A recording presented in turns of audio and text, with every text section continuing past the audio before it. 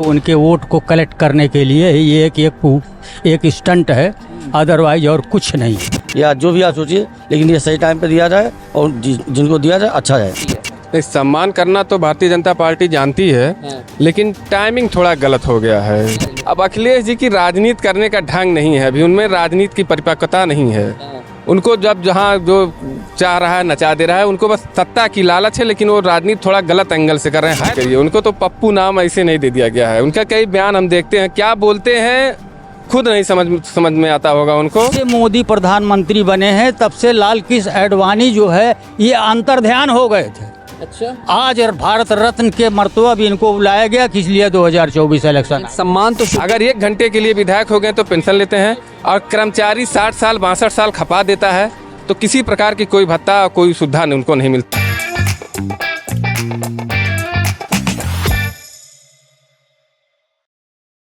सबसे पहले बिहार के पूर्व सीएम कर्पूरी ठाकुर और इसके अलावा लाल कृष्ण आडवाणी का नाम जो है नॉमिनेट किया गया भारत रत्न के लिए। ऐसे में 3 और लोगों का नाम जो है नॉमिनेट किया गया है। बात की जाए तो टोटल 5 लोगों को जो है इस सम्मान से इस साल नवाजा जाएगा। ऐसे में हम यहाँ पर आम जनता से बातचीत करने आए हैं कि आखिरकार क्या ये बीजेपी का चुनावी एजेंडा है, क्योंकि खबर ये भी आई है कि भैया चौधरी चरण सिंह को जिस तरीके से यहाँ पर भारत रत्न से सम्मानित करने की बात कही गई है, ऐसे में पश्चिमी यूपी के जाट वोटों को कहीं ना कहीं खींचने की तैयारी है।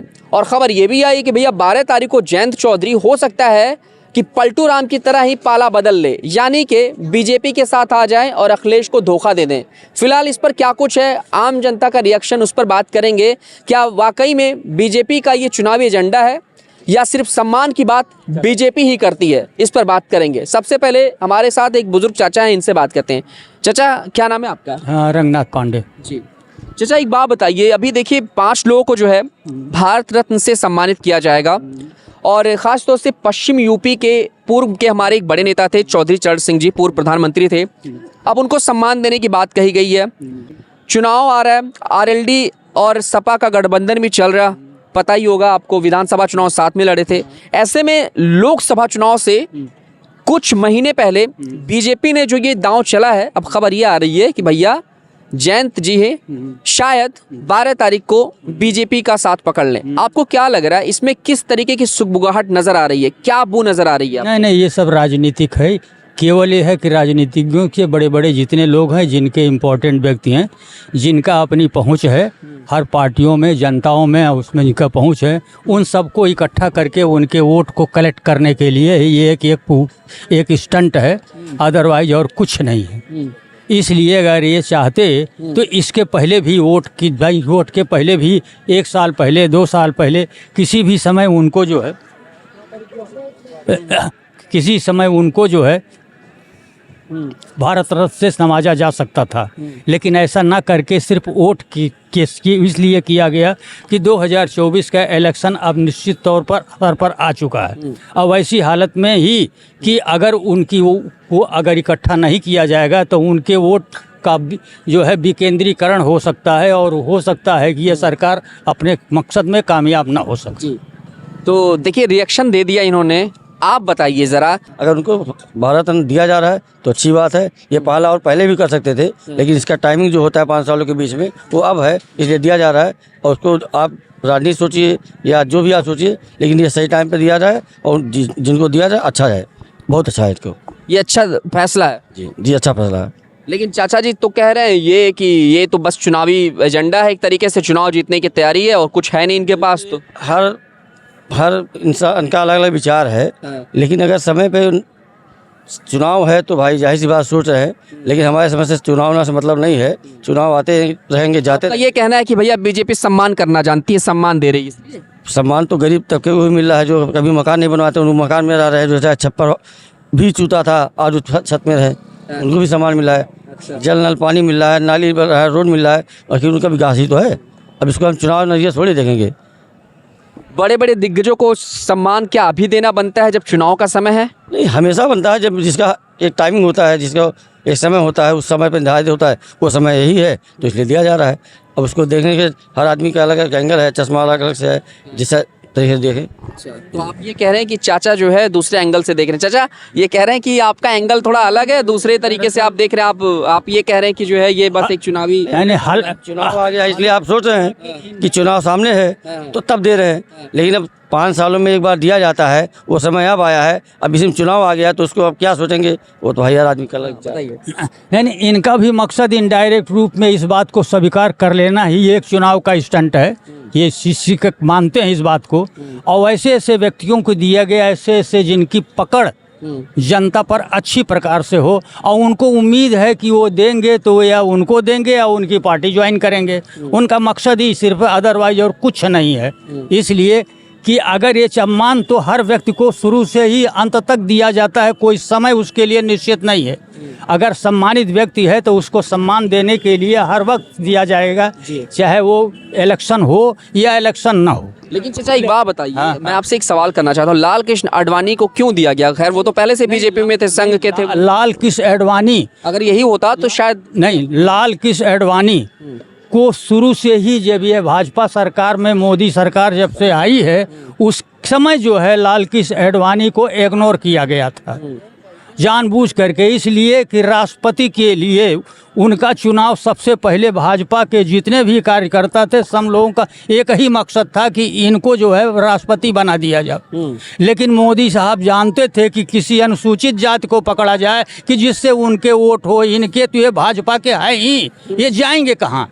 ऐसी हालत में दूसरे ऐसे व्यक्ति को पकड़ा जाए जिनकी वोट हमको मिल सके, इसलिए उनको नहीं किया गया। और कारण ये था कि यह जानते थे कि यह ऐसे व्यक्ति हैं, इनका व्यक्तित्व तो सही है, ये कहीं इस पार्टी को छोड़ के जा भी नहीं सकते, जब चाहेंगे तब इनका पकड़ लेंगे या इनको। कारण यह है कि जब से मोदी प्रधानमंत्री बने हैं तब से लाल कृष्ण आडवाणी जो है ये अंतर्ध्यान हो गए थे। अच्छा, आज भारत रत्न के मर्तबा भी इनको बुलाया गया, किस लिए 2024 इलेक्शन। सम्मान तो शुरू देखिए, कहते हैं भी, कह रहे हैं कि बीजेपी और मोदी जो है वो सम्मान करना नहीं जानते बुजुर्गों का। नहीं, सम्मान ना होता तो आज ये भारत रत्न क्यों दिया जाता? अगर सम्मान ही तो है जो आज ये भारत रत्न दिया जा रहा है इतने बड़े बड़े हस्तियों को, ये बिना सम्मान का थोड़ी दिया जाएगा, सम्मान के साथ दिया जा रहा है। सम्मान के साथ दिया जा रहा है जी। तो आपका ये कहना है कि ये चुनावी जुमला नहीं है, और चाचा कह रहे हैं कि चुनावी जुमला है। हमने आपको बताया कि अब समय आ गया है चुनाव का, अब उसको जो जिस नज़रिए से देख ले, लेकिन ये समय आज के डेट में 5 सालों के बीच में समय है भारत रत्न का, इसलिए दिया जा रहा है। अब सामने चुनाव है तो लोग चाहे नज़रिए से देखें। क्या नाम है चाचा आपका? रामदास। ये बताइए कि भारत रत्न का सम्मान जो है 5 लोगों को दिया जा रहा है। चौधरी चरण सिंह जी के बारे में जानते होंगे, देश के पूर्व पीएम थे, उनका भी नाम नॉमिनेट किया गया है।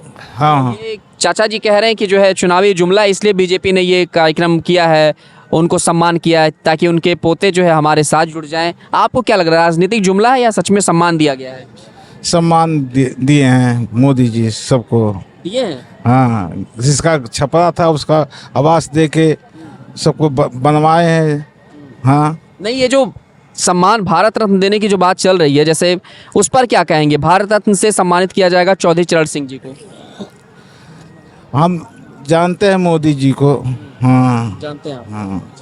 चलिए, खैर चाचा ये पॉइंट से थोड़े से हट रहे हैं, तो आपका ये कहना है कि मतलब ये पूरा का पूरा जो है चुनावी जुमला नहीं है? और जी नहीं, चुनावी जुमला नहीं है, समय आ गया इसलिए दिया जा रहा है, सम्मान दिया जा रहा है।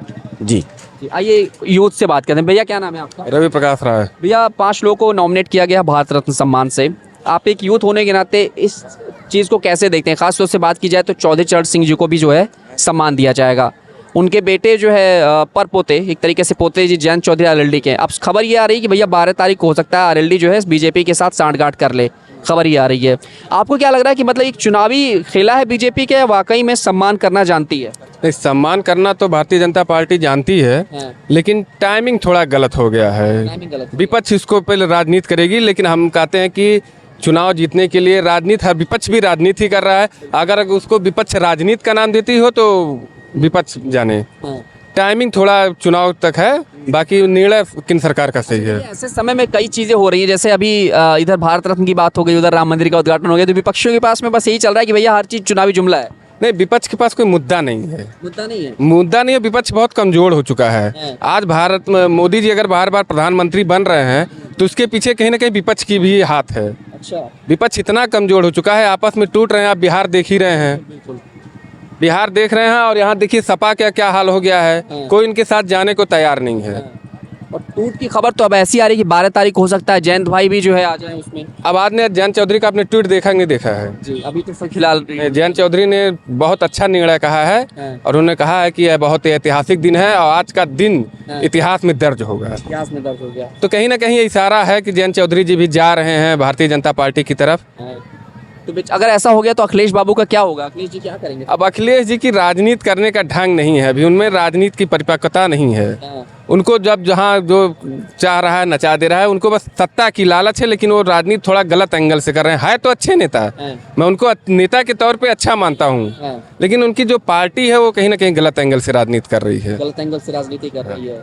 तो अभी अकेले क्या लग रहा है कि देखिए राजभर ने भी धोखा दे दिया, इधर जयंत ने भी धोखा दिया। दो बड़े कामकार वाले हाथ थे, एक तरीके से राइट और लेफ्ट हाथ थे, और बीच में अखिलेश थे। अब दोनों हाथ से एक तरीके से कहा जाए। नहीं देखिए, अब मैंने कहा कि राजनीति तो गलत एंगल से कर रहे हैं, और जब तक स्वामी प्रसाद मौर्य वो जो कुछ बनाते भी हैं, सपा जो कुछ बनाती है, तो स्वामी प्रसाद मौर्य जैसे नेता जो हैं वो ऐसे उटपटांग बयान देकर सपा की को मटिया मेट करने पर तुले हुए हैं। तो इनका ये कहना है कि मतलब अच्छा, बोलते भी नहीं, मना भी नहीं करते कि भैया भी नहीं करते हैं, यही तो है। कम से कम आप एक पक्ष एक साइड में तो ये आप स्वामी प्रसाद मौर्य के साथ हैं या जो अगले की तरफ हैं, किसी एक की तरफ तो रहिए। तो इस सम्मान को आप सम्मानित नजरिए से देख रहे हैं? नहीं, अच्छा निर्णय है भारतीय जनता पार्टी का, अच्छा निर्णय है। जो जिस लायक हो उसको उसका सम्मान मिलना चाहिए। चौधरी चरण सिंह कहता है किसान नेता थे और उनके बारे में हमने बहुत सी कहानियां पढ़ी हैं, तो उनको सम्मान मिलना चाहिए। लाल कृष्ण आडवाणी को सम्मान मिलना चाहिए, कर्पूरी ठाकुर को सम्मान मिलना चाहिए। अगर वो सम्मान योग्य है तो मिलना चाहिए। बाकी हमारे चाचा जी कह रहे चुनावी एजेंडा है, चुनाव। अब चाचा का देखने का नजरिया अलग है, हमारा देखने का नजरिया अलग है। चाचा की उम्र में अंतर है, तो चाचा अलग एंगल से, उनके पास हमसे ज़्यादा अनुभव तो हो सकता है उनको वो सही हो। तो आप लोग जो है इसको एक तरीके से कहा जाए तो सम्मानित वाली चीज़ें देख रहे हैं, सम्मानित है। देखिए, और रही बात, कोई भी सरकारें होती हैं, कमियां सब में होती हैं, अच्छाइयां सब में होती हैं। कुछ कमियां सपा में है तो कुछ अच्छाइयां भी हैं, कुछ भाजपा में है तो कुछ क्या लग रहा है माहौल की, अगर मैं पूछ लूँ इसी में? माहौल तो देखिए कहना नहीं चाहिए, हम तो हैं भाई ओपीएस वाले। अच्छा, लेकिन जो माहौल विपक्ष वाले बना रहे हो कहीं ना कहीं भाजपा को लाभदायक हो रहा है। अच्छा, जिस तरीके से इनका काम चला, इंडिया गठबंधन टूट के कल वो बयान भी उठपटांग, कल राहुल गांधी का बयान देख रहे थे कि मोदी ओबीसी। अरे भैया, आप कहते हो जात की राजनीति ना करो, उधर आप ओबीसी एससी और जनरल ला रहे हो, तो कहीं ना कहीं राहुल गांधी के बयान, स्वामी प्रसाद मौर्य के बयान, ये और ये वो स्टालिन है, कौन था वो, एम के स्टालिन, उनका बयान कहीं ना कहीं ये मोदी को मजबूत कर रहा है। मोदी को एक तरीके से विपक्षी दल जो है वो खुद ब खुद गलती करके पक्ष को मजबूत कर रहा है। विपक्ष नाम की चीज यहाँ नहीं है। पहले जब देखते थे कांग्रेस का सरकार रहता था, अगर 2 रुपए सिलेंडर का दाम बढ़ जाता था तो भारतीय जनता पार्टी लेके सिलेंडर बैठ जाती थी संसद के सामने। आज मोदी जी 100 बढ़ाए चाहे 500 बढ़ाए, विपक्ष नाम की कोई चीज़ नहीं है। जब और भारतीय लोकतंत्र, किसी भी देश के लोकतंत्र में जब तक विपक्ष नहीं होगा, विपक्ष मजबूत नहीं होगा, तब तक सत्ता पक्ष मनमाना करेगी। तो कहीं ना कहीं विपक्ष मजबूर कर रहा है लोगों को। और बाकी कुछ योजनाएं ऐसी हैं जो ज़मीनी स्तर से हैं, जैसे प्रधानमंत्री किसान सम्मान निधि, आवास योजना। ये कहीं ना कहीं देखिए, वोट जो होता है निचले तबके के जो लोग होते हैं उनके घर की महिलाएं भी निकलती हैं, और लोगों के जो एसी में बैठे रहते हैं उनके घर की महिलाएं वोट डालने नहीं जाती हैं। बिल्कुल, ये सही बात है। अब भारतीय जनता पार्टी ने देख लिया कि वोट कहाँ से निकल रहा है, तो सबसे निचले तबकों के, जैसे हमारी आवश्यकता जो है वो हम कम में है नहीं दे, लेकिन जिनकी जो आवश्यकता, जो सबसे निचले जिनकी आबादी ज़्यादा है, उनकी आवश्यकता राशन है, आवास है, पेंशन है, तो उनको वो मोदी जी पूरा कर रहे हैं। कहीं ना कहीं उसका बहुत बड़ा एक फायदा जो है मिलता है। राहुल गांधी न्याय यात्रा लेकर निकले हुए हैं, क्या लग रहा है न्याय दिलाने की बात कर, आखिर किस चीज़ का ये न्याय दिलाने की तैयारी कर रहे हैं? उधर भारत जोड़ रहे थे, अब भारत जोड़ते जोड़ते इंडिया गठबंधन ही टूट गया भाई साहब। अभी न्याय यात्रा की बात करें, कहाँ से देख रहे हैं, क्या ये बताइए, सीनियर लीडर जो है विपक्ष दल के, उनके लिए क्या कहेंगे? वो क्या ऐसी स्क्रिप्ट रचते हैं, क्या ऐसी कहानी लिखते हैं कि जो जिस पर राहुल गांधी निकल पड़ते हैं कुछ भी करने? राहुल गांधी की बात मत करिए, उनको तो पप्पू नाम ऐसे नहीं दे दिया गया है। उनका कई बयान हम देखते हैं, क्या बोलते हैं खुद नहीं समझ में आता होगा उनको। और मैं उनके बारे में कोई कमेंट नहीं करना चाहता हूँ। नहीं, वो भारत जोड़ो कर रहे थे, 3 राज्य इधर टूट गया, बंगाल, पंजाब, बिहार अलग टूट गया, पश्चिम बंगाल अलग जा रहा है, तो हम उनके बारे में कोई कमेंट नहीं करना चाहेंगे। जरा चाचा कुछ मोहब्बत की बात करें, इनसे बात कर लेते हैं। मोहब्बत की दुकान में हाँ। कुछ उनके ऐसे कुछ सामान रह गए हाँ। हैं जो उनके दुकान में है नहीं, जो सब निकलते जा रहे हैं, ग्राहक लौट जा रहे हैं। अच्छा, मोहब्बत की दुकान में कुछ सामान ऐसे हैं जो नहीं है, ही नहीं। इसीलिए ग्राहक लौट जा रहे हैं। अच्छा, इसीलिए ग्राहक लौट रहे हैं जी, तो आप लग रहा है 24 में भी लौटा ही देंगे शायद? उनका नसीब ही लौट आ रहा है। क्या मतलब वापसी ही नहीं हो पाएगी शायद? वो ऐसा कर ही रहे कि वो सब ग्राहक लौट जा रहे हैं। हाँ, दूर से देख रहे हैं सामान नहीं है, लौट जा रहे हैं। हाँ। उनको मोहब्बत की दुकान में सामान रखना चाहिए। तो नीतीश बाबू का जो फैसला है वो भी ठीक है, वापसी करना जिस तरीके नहीं, नीतीश जी की भी हम देखिए अच्छे नेताओं में नहीं मानता। उनके एक हाथ में इस्तीफा रहता है, दूसरे हाथ में शपथ ग्रहण। उनको हम अच्छे नेता, अगर आप एक अच्छे नेता हैं तो किसी एक के साथ सरकार बनाइए। दल बदलना, कभी भाजपा कभी क्या बोलता है लालू जी के साथ, तो ये हम अच्छा नहीं मानते। लोकतंत्र में ये नहीं होना चाहिए। लोकतंत्र में जो होता है 5 साल के लिए जनता आपको चुनती है कि आप भाजपा के साथ मान लीजिए आपने गठजोड़ करके सरकार बनाए, तो जनता आपको 5 साल के लिए चुनती है कि आप भाजपा के साथ बने। फिर आप लालू के साथ चले जाते हैं, फिर भाजपा के साथ चले जाते हैं, तो हम उनको अवसरवादी नेता कहते हैं।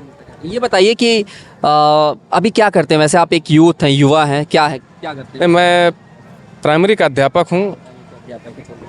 तो प्राइमरी के अध्यापक हैं वैसे, ये अगर आप देखेंगे तो बाकी सरकार ठीक कर रही है? नहीं, देखिए कर्मचारी हित में सरकार का कोई भी निर्णय सही नहीं है। कोई भी कर्मचारी सरकार से संतुष्ट नहीं है। खुद तो 9-9, 10-10 जितनी बार विधायक होते हैं पेंशन लेते हैं। अगर 1 घंटे के लिए विधायक हो गए तो पेंशन लेते हैं। और कर्मचारी 60 साल 62 साल खपा देता है, तो किसी प्रकार की कोई भत्ता, कोई सुविधा उनको नहीं मिलती है।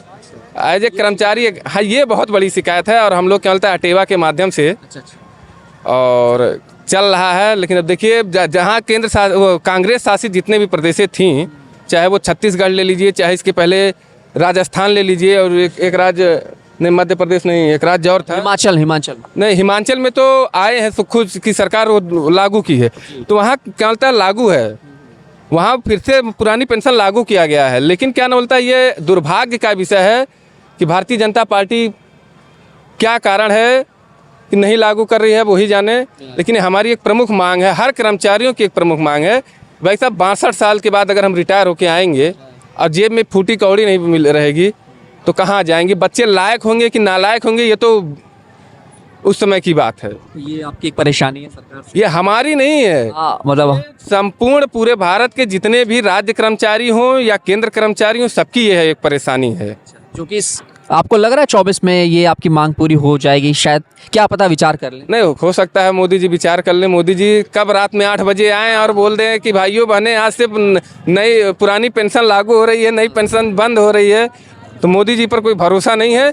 लेकिन ये है कि उनके निर्णय जो भी होते हैं अच्छे ठीक ही होते हैं। मतलब कुछ निर्णय उनके गलत हैं, जैसे पुरानी पेंशन को ले लिया जाए, जो निजीकरण कर रहे हैं, अमेरिका से तुलना कर रहे हैं। हमारा देश कृषि प्रधान देश है, और आप अमेरिका से तुलना करो कि अमेरिका में निजीकरण हो रहा है, ब्रिटेन में निजीकरण हो रहा है, फला जगह निजीकरण है, तो यहाँ का जो 65% वो है वो किसान है, वो निजीकरण नहीं झेल पाएगा। सही बात। ये मोदी जी का निर्णय गलत है, ये गलत है ना? बहुत गलत है। आप देख लीजिए कि हर बच्चा हर मतलब आदमी अपने बच्चे को सरकारी स्कूल में दाखिला कराना चाहता है, सरकारी हॉस्पिटल में दिखाना चाहता है। बड़े से बड़े नेता अगर जाता है, बीमार होता है तो एम्स में जाता है दिखाने। निजीकरण अच्छा है तो सबसे पहले आप अपने बच्चे को निजी विद्यालय में पढ़ाइए, निजी मेडिकल कॉलेज में ले जाइए, दवा भी निजी जगह कराइए। जब वहाँ का बिल देना होगा तब आपको पता चलेगा। आप सरकारी चीज़ों का लाभ मत उठाइए। सरकारी चीज़ों का लाभ मत उठाइए। मैं तो कहता हूँ कि सरकार मतलब अगर देखेंगे तो निपुण उत्तर प्रदेश बनाने में योगी जी तुले हुए, इतनी अच्छी सुविधाएं प्राइमरी विद्यालय में दे रहे हैं, लेकिन फिर भी गार्जियन को, अभिभावकों को पता नहीं क्या दिक्कत है, बच्चों को जल्दी भेजते नहीं है और कहते हैं निजी स्कूल अच्छा है। जबकि मैं नहीं जानता हूं कि किसी भी प्राइमरी स्कूल में आज के समय में योग्य प्राइवेट से बेहतर योग्य अध्यापक बैठे हुए हैं, टेट, सीटेट और सुपर टेट पास करके बैठे हुए हैं, लेकिन लोगों की मानसिकता नहीं। मानसिकता शुरू में जैसे कहा जाता था कि पढ़ाई नहीं होती है, लोग गेम खेलते हैं टीचर्स लोगों को लेकर, ज़्यादातर लोगों के थॉट अभी भी यही बने हुए हैं अभी भी कि गेम खेलते हैं, ठंड का सीजन होगा तो स्वेटर बुनेंगे मैडम लोग, मतलब इस तरीके की थॉट है। तो ये चीज़ आपके नज़रिए से ये चीज़ बदला है और मेरे ख्याल से अब गार्जियन को सरकारी सुविधाओं पे भी एक बार जाना चाहिए। जाना चाहिए। जब तक गार्जियन नहीं जागरूक होगा तब तक कुछ नहीं होगा। और लोगों की मानसिकता बन गई है कि सबसे महंगा फीस वही उसी स्कूल में सबसे अच्छी पढ़ाई। अगर प्राइमरी में भी सरकार अभी 100 रुपये ज़्यादा नहीं 50 रुपये महीने फीस लेने लगे, और जो मुफ्त की योजना है जैसे MDM, और जो 1200 रुपये सरकार डायरेक्ट, सबसे बेकार योजना मुझे लगी जो 1200 रुपये डायरेक्ट सरकार गार्जियन के खाते में दे रही है। आज कोई भी बच्चा ड्रेस में नहीं आ पा रहा है और हम लोग कुछ कर भी नहीं पा रहे हैं। कितना कड़ाई करेंगे, अभिभावक से क्या कहेंगे। अगर ये योजना बंद कर दे तो अभी देखिए प्राइमरी सबसे बेहतर विद्यालय होगा।